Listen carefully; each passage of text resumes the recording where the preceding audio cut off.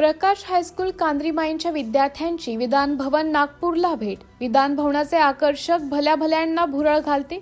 आदिवासी भागातील विद्यार्थ्यांना ही संधी तर पर्वणीच।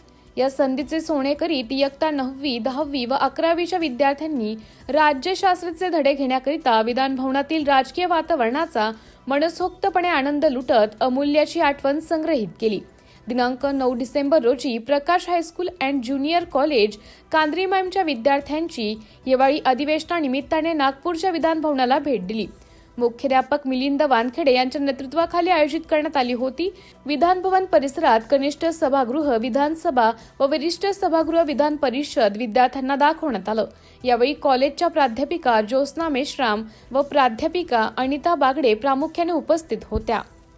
सिटी इंडिया न्यूज करिता तालुका प्रतिनिधी हर्षपाल मेश्राम रामटेक।